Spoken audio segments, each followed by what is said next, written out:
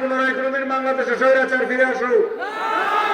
আমরা চাই এই দেশে কোনোদিন ফ্যাসিবাদের উৎপত্তি এবং উৎপাত হোক। যদি না চাই তাহলে বাংলাদেশের শক্তিশালী গণতান্ত্রিক কাঠামো আমাদের নির্মাণ করতে হবে। এবং সেই জন্য আমরা আহ্বান জানাচ্ছি, বাংলাদেশের পক্ষের শক্তি হচ্ছে বাংলাদেশ জাতীয়তাবাদী দল বিএনপি। আমরা বিএনপিকে সমর্থন করি।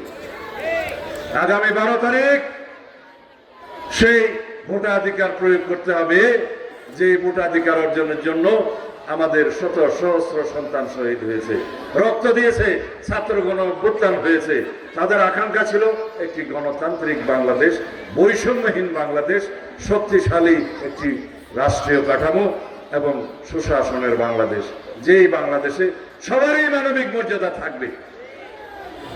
আমরা যদি শহীদের সেই রক্তের আকাঙ্ক্ষা পূরণ করতে চাই, যদি জনগণের প্রত্যাশা পূরণ করতে চাই, যদি শহীদের প্রত্যাশা পূরণ করতে চাই, তাহলে আমাদেরকে আগামী 12 তারিখে সারাদিন ধানের শীষে ভোট দিতে হবে ইনশাআল্লাহ।